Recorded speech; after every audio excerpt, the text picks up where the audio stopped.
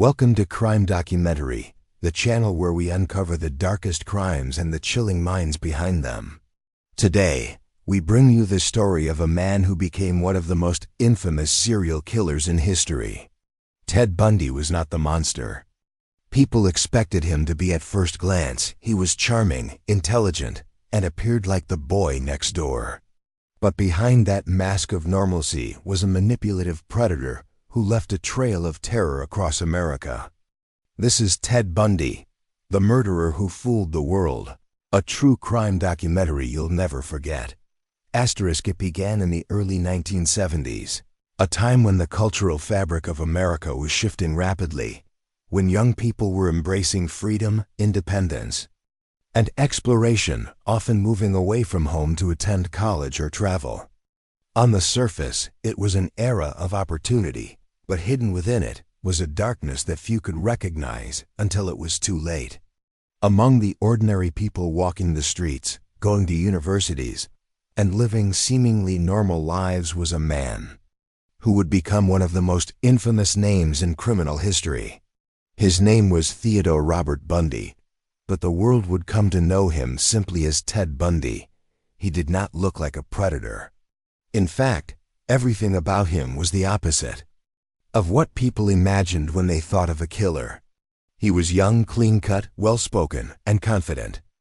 He had the kind of face that made people trust him instantly, the kind of smile that made strangers comfortable, and the kind of charm that made women lean in closer instead of pulling away. He was not lurking in dark alleys or frightening anyone at first glance. Instead, he moved with ease in public places, mingled with students, and blended into society without raising suspicion. Bundy's charm was his most dangerous weapon. He knew how to present himself, how to manipulate appearances, and how to play into the expectations of others. He volunteered in political campaigns, attended law school, and spoke passionately about issues that made him look like an ambitious young man who cared about the world. People admired his intelligence and charisma. Women were drawn to him, men respected him, and authority figures saw him as someone with potential. What nobody realized was that beneath this carefully crafted image lived a man with urges so violent and controlling that he would change the landscape of fear forever. He began his crimes quietly, almost experimentally, targeting young women who embodied the innocence and freedom of that era. They were students walking across campuses, women reading in libraries, daughters heading home from a night out, trusting that the world was safe enough for them to live freely. Bundy preyed on that trust. He did not attack them like a monster in the shadows. Instead, he lured them into traps with kindness, disguising his cruelty under a mask of vulnerability. One of his most common tricks was pretending to be injured. He would wear a fake cast on his arm or walk with crutches, struggling with books or fumbling with heavy objects. To anyone watching, he appeared as a harmless young man in need of help. And for his victims, their natural instinct to offer kindness became the very thing that sealed their fate. When a young woman stopped to help him, he would strike up conversation, thanking her for her generosity, and then ask if she could help him carry something to his car. His car was a small, ordinary Volkswagen Beetle, a vehicle that looked so harmless that nobody would suspect it of being the setting for terror. But once inside, everything changed. That safe-looking car became a prison, and Bundy's mask of politeness dropped instantly, replaced by the cold precision of a predator who knew exactly what he wanted. Those women never returned. To the outside world, they became another face on a missing person poster, another family left in endless grief and unanswered questions. As the months passed, the number of missing women began to grow. At first, the cases seemed random, isolated, tragedies that police struggled to connect. But soon, patterns started to emerge. They were all young women, often attractive, often with long hair parted in the middle, a style popular at the time. They vanished from places that should have been safe: libraries, dorms, parking lots, and college campuses. Each disappearance left behind fear, confusion, and a growing sense that something sinister was happening in America. Yet the idea that the clean-cut young man with the charming smile could be behind it seemed unimaginable. Bundy's confidence grew with each crime. He enjoyed the thrill of deception, the ability to walk among people without suspicion, and the power he felt when he tricked strangers into lowering their guard. His double life was perfected. On one hand, he was the bright law student who seemed destined for success, and on the other hand, he was a predator who stalked and destroyed lives without remorse. He thrived on control, not just over his victims, but over the perception others had of him. He could be standing in a crowd, laughing and talking, while silently planning his next move. What made Bundy even more terrifying was his ability to study people and use their kindness as a weapon against them. He knew that most young women would not hesitate to help someone who appeared to be in need. He counted on their empathy, their desire to be helpful, their belief that the world was not as dangerous as it truly was. And once he had their trust, he shattered it in the most brutal way possible. For Bundy, the deception was part of the thrill. He did not just want to take lives. He wanted to prove he could manipulate, control, and outsmart everyone around him. His crimes became bolder over time, and the pattern of missing women could no longer be ignored. Fear began to spread across college campuses, with women warned not to walk alone, not to trust strangers, not even to help someone who seemed injured. The description of a man named Ted driving a Volkswagen Beetle began to surface in reports, but the possibility that this Ted was the well-dressed law student people admired seemed too far-fetched. After all, he looked like the kind of man you could trust with anything. He looked like the kind of man who belonged in a courtroom, defending justice, not tearing lives apart in the shadows. The world had not yet fully grasped the scale of the Kongaspa horror unfolding, but in the early years of his killing spree, Ted Bundy was already proving himself to be unlike any criminal America had seen before. He wasn't hiding in the darkness, he was hiding in plain sight. And the most chilling part was that almost nobody could see through the mask. The disappearances were no longer isolated whispers of tragedy. They had become a pattern that people could no longer ignore. Young women were vanishing at a pace that sent fear through college campuses and neighborhoods alike.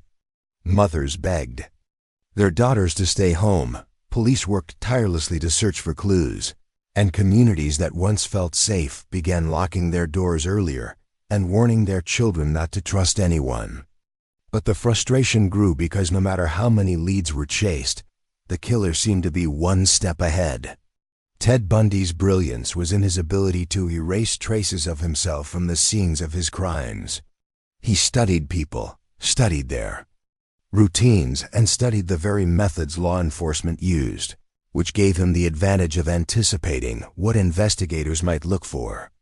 His victims disappeared without clear evidence, without witnesses who could firmly identify him, and without connections that made sense at first glance. He was careful with his words, his timing, and his actions, and it left detectives chasing shadows. Bundy's careful planning was only one side of his terrifying genius. The other was his ability to disguise his predatory nature with a mask of normalcy so convincing that even when suspicions began to surface, people dismissed them. He looked too polished, too intelligent, too ambitious to ever be associated with the kind of evil that was tearing families apart. He was active in politics, working with high-profile campaigns, shaking hands with politicians, and networking with powerful figures.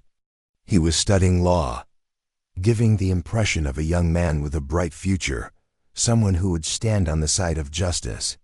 To the world, he was not a criminal, he was an example of promise. That disconnect between his public image and his secret life allowed him to move freely, to commit crimes without immediate suspicion, and to manipulate people into believing in his innocence. When eyewitnesses came forward, they mentioned seeing a man named Ted approaching women, often near a Volkswagen Beetle. They described his charm, his politeness, his fake casts or crutches that made women feel compelled to help him.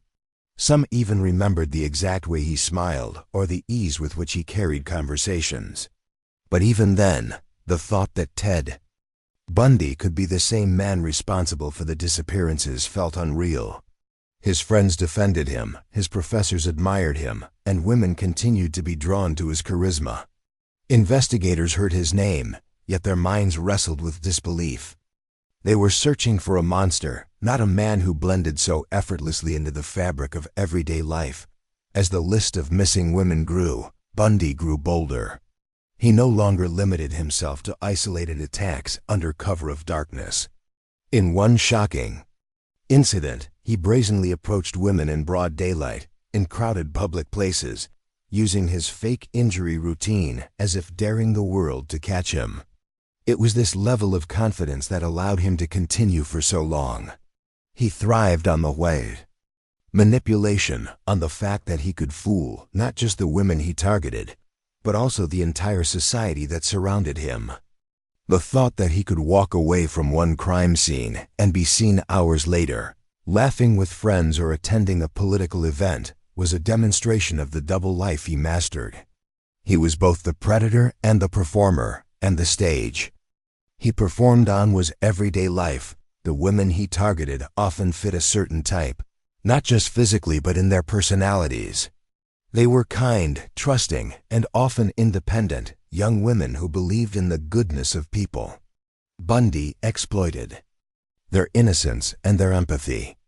He knew exactly what to say, how to make them feel safe, and how to position himself as someone harmless.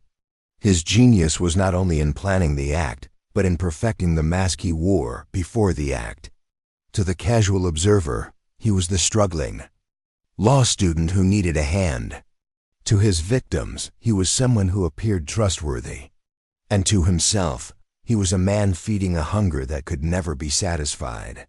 He used people's humanity against them, turning kindness into vulnerability. And turning vulnerability into his weapon. Law enforcement faced a nightmare unlike anything they had seen before. The crime stretched across states, which made it harder to connect them. Communication between police departments in different regions was not as efficient in that era as it is today, which meant Bundy could commit crimes in one state and then move to another, leaving investigators in each area struggling with pieces of a puzzle they didn't know belonged to the same picture.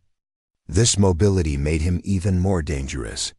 He understood the system's weaknesses, and he exploited them ruthlessly. While families of victims begged for answers, Bundy remained untouchable, shielded by his intelligence, his outward appearance.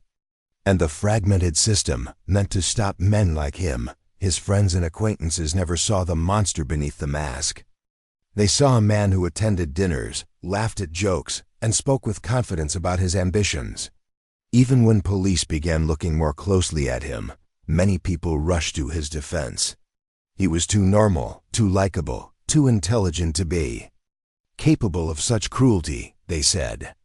That disbelief became one of Bundy's greatest shields. The very traits that made him a predator, his charm, his intelligence, his calculated demeanor, were the same traits that kept suspicion at bay. He was not the outcast or the drifter who fit the stereotype of a killer. He was the man sitting beside you in class, the man holding a conversation at a political rally, the man shaking hands with people in authority. Every missing woman became another hole in the fabric of a community, another family broken by grief. Posters with smiling faces of young women covered walls and bulletin boards, their names called out in news reports, their families begging for their safe return. Yet behind those faces was a pattern too disturbing to accept fully. They were all young, bright, full of life, and they were all gone after crossing paths with the same man. Bundy's ability to continue despite growing suspicion spoke volumes about his cunning. Even as he was being described, even as his car was noted, even as his name was spoken by witnesses, he remained invisible in plain sight. His life was a stage, and his performance was convincing enough to fool the world. The line between Bundy's public image and his hidden reality grew sharper as the disappearances continued. The nation was beginning to feel the weight of an invisible predator. One who could be anywhere, strike at any time, and vanish without trace. The terror of not knowing, the terror of not being able to trust even the most harmless-looking stranger, began to seep into the daily lives of ordinary people. And still, Ted Bundy walked freely, smiling, shaking hands, planning his next move. But Bundy's mask began to crack, and for the first time the illusion he had built around himself started to slip. It happened not with a shocking confession or a dramatic revelation, but through small cracks that slowly widened until the world could no longer ignore them. In Utah, a failed kidnapping attempt put him on law enforcement's radar in a way that could not be explained away by charm or excuses. The victim escaped and gave descriptions that matched the accounts already whispered in other states. A man. With a cast, a man named Ted, a Volkswagen Beetle. It was no longer coincidence. It was evidence, and it pointed toward the young man who had been admired and trusted for so long. When Bundy was arrested, the world watched with disbelief. How could the handsome law student, the political volunteer, the friend who seemed so trustworthy, be the same man now accused of unspeakable crimes? Even as evidence began to pile up, Bundy's charisma did not vanish. In fact, he leaned on it more heavily, using it as his weapon in courtrooms, in interviews, and in every opportunity where eyes were on him. When charged, he insisted on representing himself, arguing with confidence and knowledge of the law. A performance that fascinated onlookers. Judges and attorneys remarked on his intelligence, his composure, his ability to argue points like a seasoned professional. Instead of seeing the man accused of murdering women, many saw the illusion he wanted them to see, a brilliant young man unfairly targeted. Women crowded the courtroom just to catch a glimpse of him, some even sending him love letters, captivated not by his crimes, but by the way he carried himself. It was a twisted paradox. His crimes were monstrous, yet his mask made him a spectacle. Someone people wanted to see, talk about, even admire. His trials became more than legal proceedings. They became performances. Bundy thrived on the attention, using every opportunity to showcase himself, not as a man facing justice, but as a man who believed he could outwit justice. He cross-examined witnesses, argued motions, and turned the courtroom into his stage. His confidence was unsettling, not because it was undeserved, but because it was so convincing. He made people forget, if only for a moment, the horror of what he had done, and instead drew them into the illusion he had carefully built for years. Reporters covered his every move, headlines printed his name in bold, and suddenly Bundy was not just a criminal on trial, he was a public figure, a man whose name carried fascination and dread all at once. But behind the charm, the cracks widened. Evidence mounted. Hair samples, eyewitness testimonies, accounts of women who had escaped. His Volkswagen Beetle, once so ordinary, now became one of the most notorious cars in American crime history. Forensic experts tied fibers and traces found in his car to victims, connecting the dots that Bundy had worked so hard to scatter. The mask of the intelligent law student was no longer enough to shield him, yet he refused to accept defeat. He plotted, schemed, and when given the opportunity, he escaped. Twice the first escape was almost unbelievable. From his jail cell, Bundy carefully observed the routines of guards and studied the building's weaknesses. Then, one night, he squeezed through a small opening in the ceiling, climbed into a hidden area, and vanished. For days, the world was in shock. A man accused of murdering women, a man already under the spotlight of national attention, had simply slipped away from the grasp of law enforcement. He was free, walking the streets again, his mask now replaced by a fugitive's determination. Though he was eventually recaptured, his escape revealed just how dangerous his intelligence was.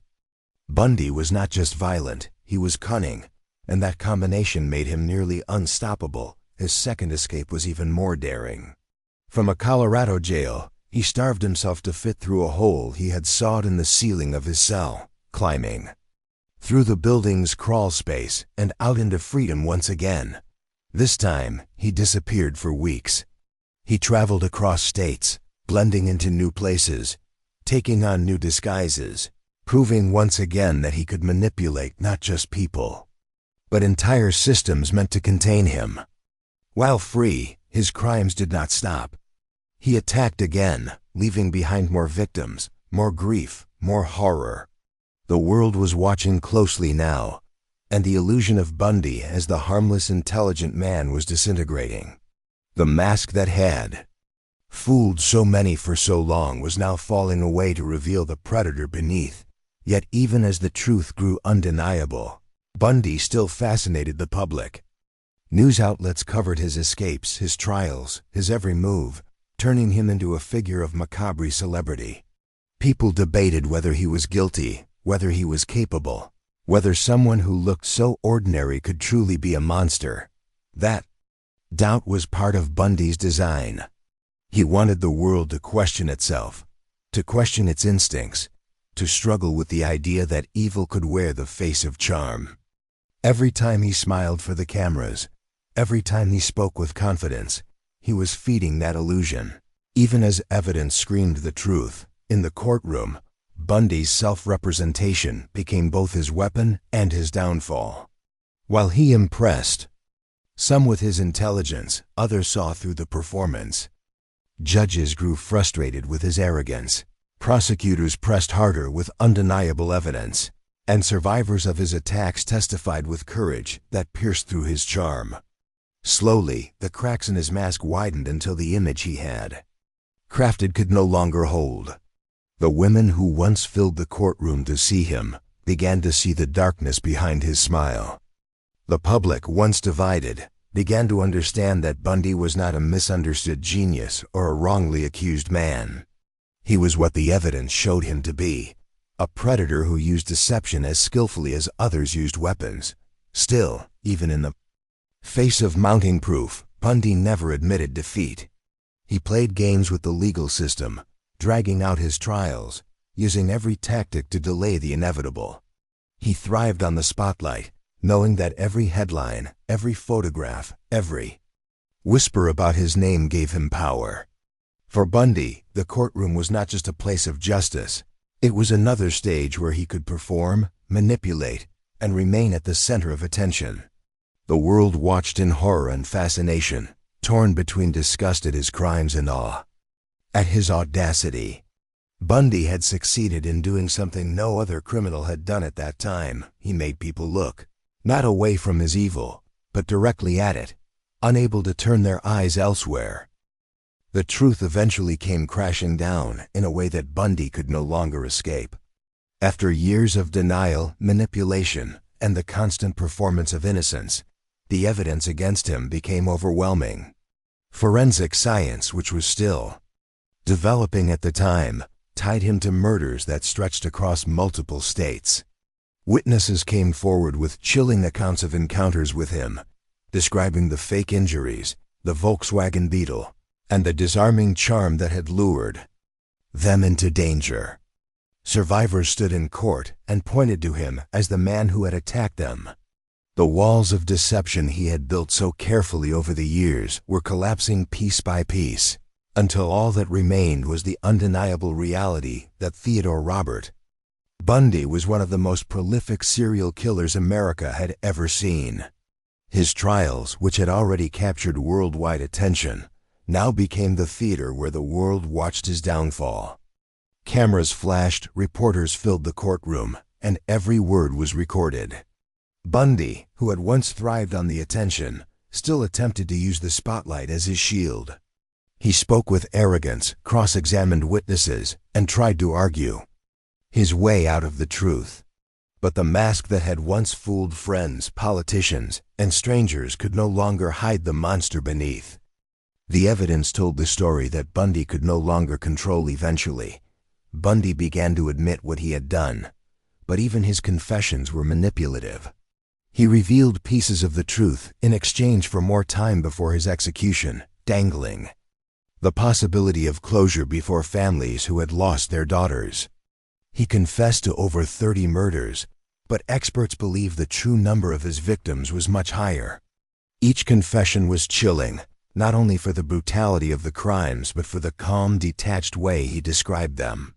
To Bundy, they were not human beings with families, dreams, and futures. They were trophies, objects in a twisted game that only he understood. Even in those final moments, Bundy tried to control the narrative, but the truth was stronger than his lies. His name had become synonymous with evil, his face a reminder that monsters can wear the mask of normalcy. In January of 1989, the final chapter of Bundy's life came to a close. After years of appeals, manipulations, and delays, he was executed. In the electric chair at Florida State Prison, crowds gathered outside, some holding signs, some chanting, others simply waiting for confirmation that the nightmare was truly over. For the families of victims, it was a moment of justice, though justice could never replace the lives lost. For the public, it was the end of one of the most terrifying stories in modern history. And for Bundy, it was the end of the illusion he had built so carefully, the final unmasking of the killer who had fooled the world for far too long. What made Bundy so chilling was not just the number of lives he took, but the way he hid in plain sight. He was not the shadow in the alley or the stranger lurking in darkness. He was the man who smiled at you, the man who offered to help, the man who seemed intelligent, ambitious, and trustworthy. He taught the world that evil does not always come with warning signs or monstrous faces. Sometimes it comes dressed in charm and confidence, hiding behind a smile that makes you believe you are safe.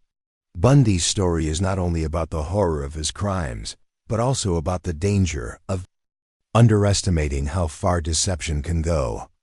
He forced society to confront a new kind of fear, the fear that the person sitting next to you could be capable of unimaginable darkness.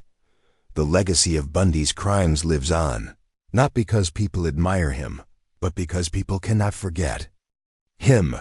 His story is told and retold, not to glorify him, but to warn others about the nature of manipulation, control, and evil. He became the textbook example of a psychopath, studied by criminologists and psychologists to understand how someone could commit such acts while maintaining the appearance of normality. His case changed the way law enforcement worked across states, encouraging better communication and cooperation so that criminals like Bundy could no longer slip through the cracks so easily. His story also influenced how society views trust, teaching people to be cautious, to recognize that kindness can sometimes be exploited, and that appearances can deceive. For the families of his victims, the pain never truly ended. They lost daughters, sisters, and loved ones who were young, full of life, and with futures ahead of them. Their names may not be as famous as Bundy's, but they are the true heart of the story. Each photograph on a missing person's poster, each tear shed by a grieving parent, is a reminder that behind the headlines and the courtroom drama were real lives, destroyed by a man who cared only for his own twisted desires. Remembering their stories, their humanity, and their dreams is the way to ensure that Bundy's legacy is not one of fascination, but one of warning. In the end, Ted Bundy proved something terrifying, that the most dangerous evil is not always the one we see coming, but the one we invite into our lives without realizing it. He was proof that a killer could shake your hand, flash a smile, and leave you with no suspicion until it was too late. His ability to fool the world was his weapon, but it was also his downfall, because eventually the truth always breaks through. The mask, no matter how carefully he crafted his deception, no matter how many people he manipulated, the reality of what he did could not be hidden forever. Bundy's name will forever stand as a chilling reminder that monsters can look ordinary, and that vigilance, awareness, and caution are sometimes the only shields we have against the darkness that hides in plain sight. And that was the story of Ted Bundy, the murderer who fooled the world. A man who looked like everyone else, yet carried within him the ability to destroy lives in ways too cruel to imagine. His crimes shocked a nation. His charm deceived thousands, and his trial fascinated the world. But in the end, his mask was ripped away, revealing the predator beneath. Evil does not always look like evil. Sometimes it looks like the man you would least suspect. This has been Crime Documentary. Stay aware, stay safe, and never forget the chilling story of Ted Bundy.